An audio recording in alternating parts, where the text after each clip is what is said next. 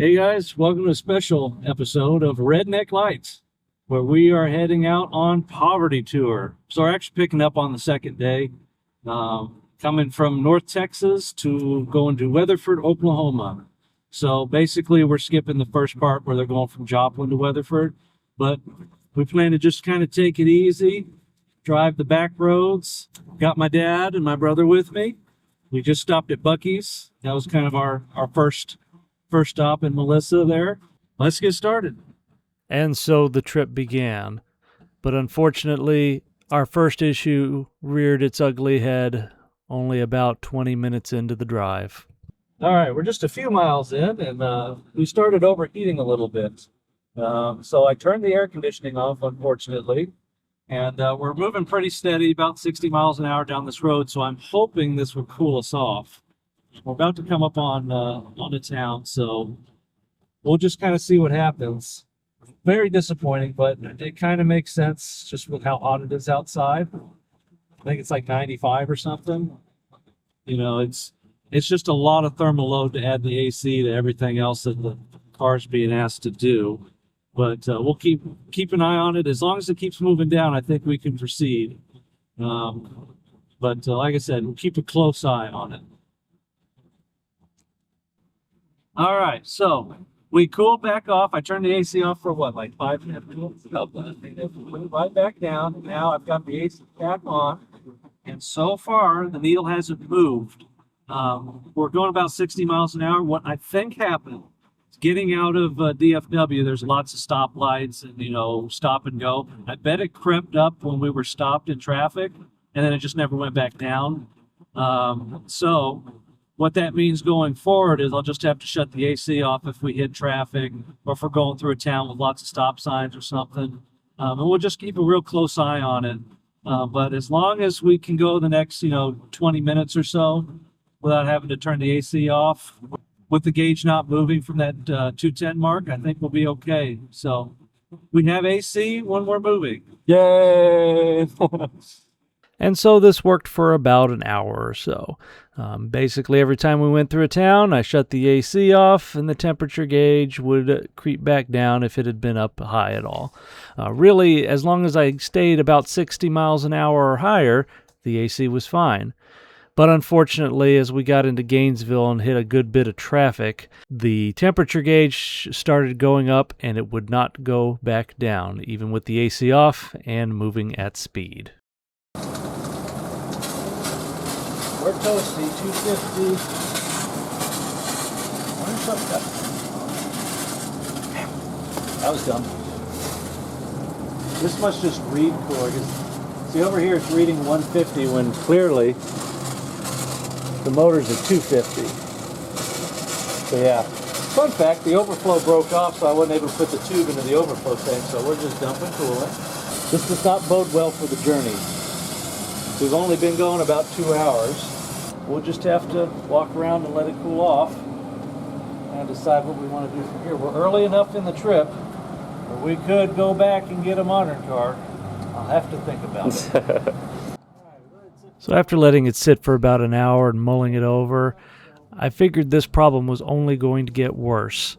And at this point in the trip, I still had a chance to go back and get another car and still be able to make all of the stops on the trip. And honestly, I didn't want to put my dad and my brother through sitting in an unair-conditioned car that kept overheating over and over again. So I made the decision to turn back, filled the car back up with coolant, and raced back home. On the way back, I didn't overheat, but I wasn't able to use the AC, and near the end, it was starting to creep up again.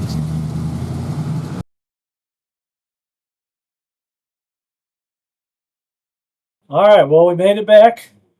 I was able to keep moving enough. I took a few more highways just to make sure we had enough airflow. It's kind of funny. At one point, the temperature dropped to like 190 when we were just kept moving around 60 miles an hour.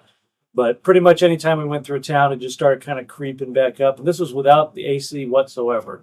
Stay tuned. We'll still have some cool video and things from Poverty Tour. I'll just be in a purple Dodge Charger instead of a gold Lincoln.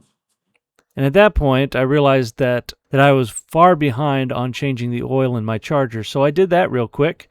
We jumped in the car, and it was about 4 o'clock when we left, and it became a matter of really just racing the sun. It was still a pleasant and enjoyable journey. We just didn't get to stop as many places as we did before. Got into the hotel, I'd say around 10, 11 o'clock, went to sleep, and got ready to meet up at the Stafford Air and Space Museum.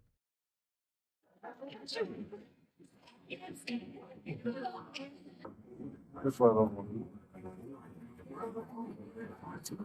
Yeah, pick it up. Never mind. All right. It's dog now. You already messed it up. There. Only a little bit of bubbles. There we are in Poverty Pier. I got my sticker on my shameful modern car. But it should be fun. There's an Air and Space Museum here and lots of cool cars to look at. So we'll check everything out, see what there is to see.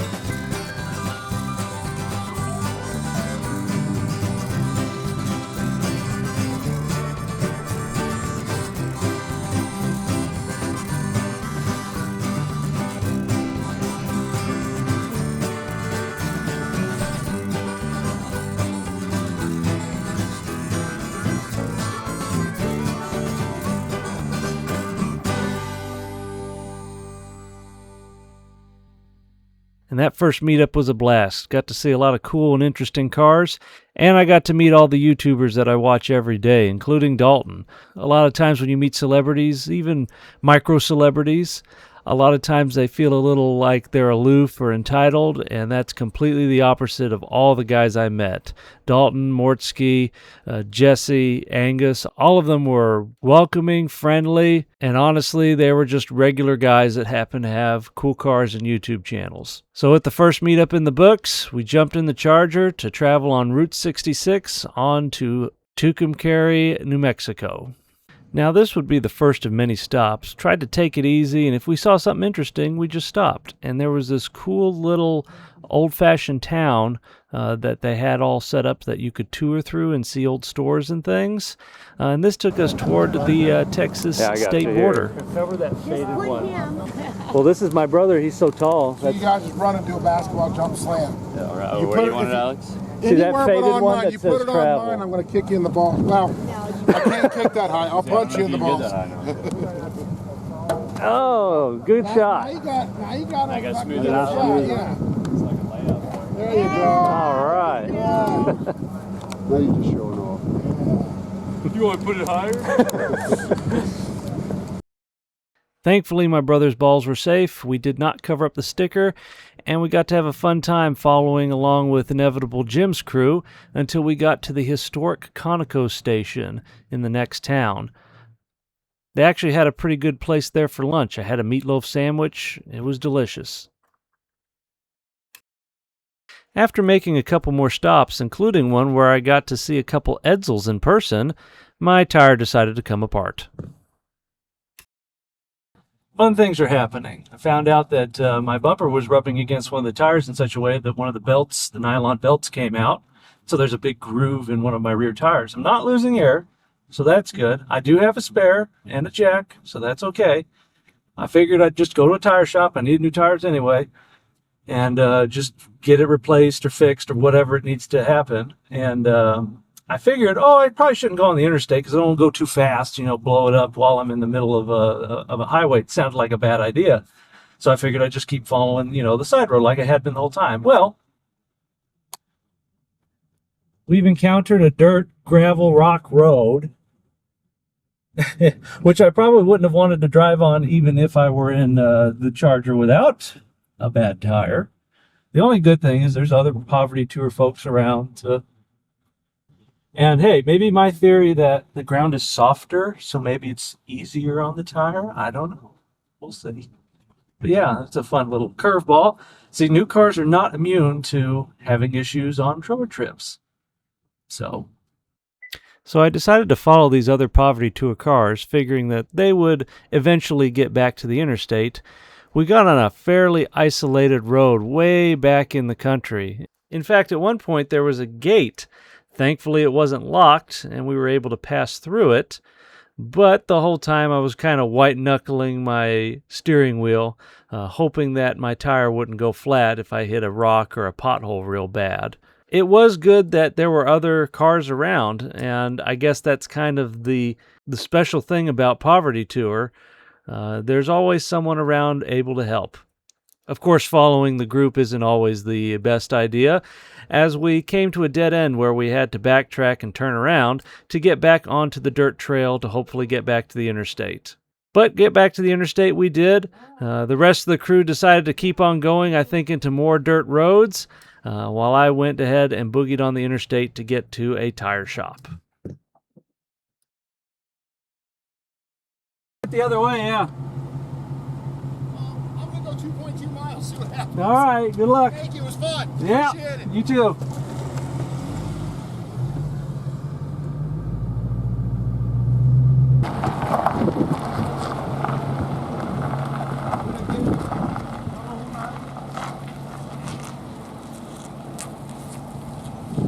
All right, we're boogieing down the interstate now, trying to get to Amarillo before 5:30 or before 6, I guess, to get to the discount tire because I needed new tires anyway. I need 4 new ones. The tire shop in Groom only had one tire, and it turns out both of my passenger side tires had problems where the belt was shredded because of something that was rubbing. So they've been like that for a long time. But they were pretty good. They were great. Shout out to that tire shop in Groom. I'll put the address or whatever. They're real friendly. They were able to put, they found 2 used tires and they were able to put them on the car. They didn't charge me for the tires, just for the labor to install them. So gotta say, I appreciate their work. But yeah, now we just got to make it to the discount tire in Amarillo. And I'll put 4 new tires on it and hopefully that'll be the end of it. Never a dull moment when you're on a road trip. And I truly believe the Lord God was looking out for us. As we were crossing the New Mexico state line, we entered into a wicked thunderstorm with extremely heavy rain. In fact, at a couple points, even on brand new tires with full tread, I lost the rear end of the Charger a couple times. Had we driven through that storm on my original tires that were probably near bald, honestly, we would have been in probably much bigger trouble and would not have been able to stay on the road safely. So it turns out the entire chain of events where I had to replace the tires turned out to be a blessing in disguise because we made it into Tucumcari safely.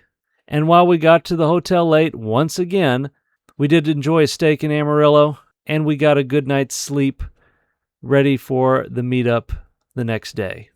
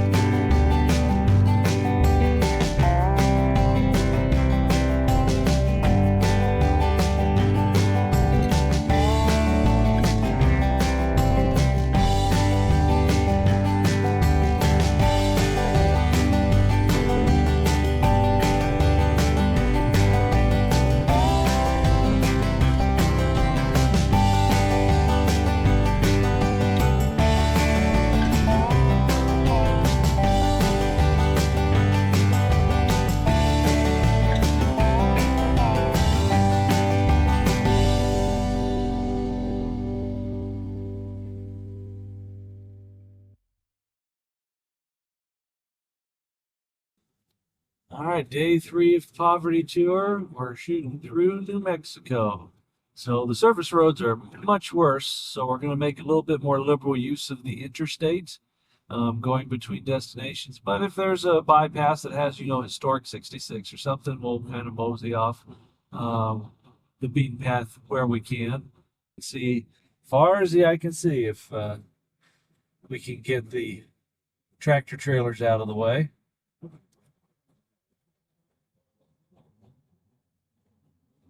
New Mexico is a very beautiful state.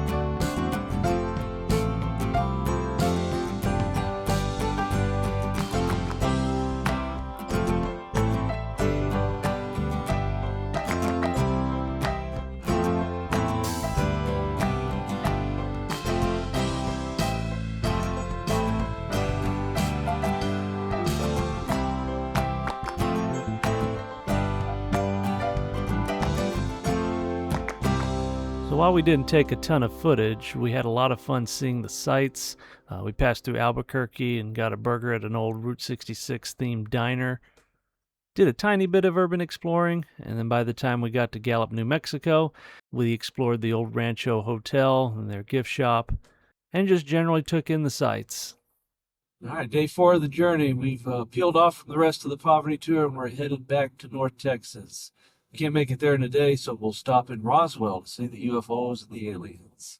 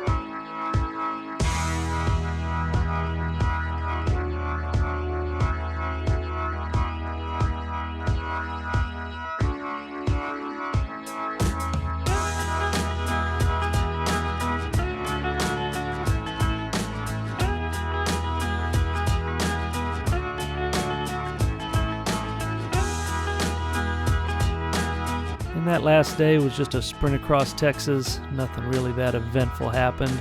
Just an 8-hour drive home in time to hit DFW rush hour. But overall, it was a great trip. I'm glad I went. While I didn't experience the big problems that a lot of other people did, and face a lot of the big challenges of having an old car on a long trip, it was still a great time, and I met a lot of great people. So hope you enjoyed this video of my journey. Hopefully one day I can participate again, and hopefully I'll be able to bring the link in. So hope you enjoyed. We'll see you next time.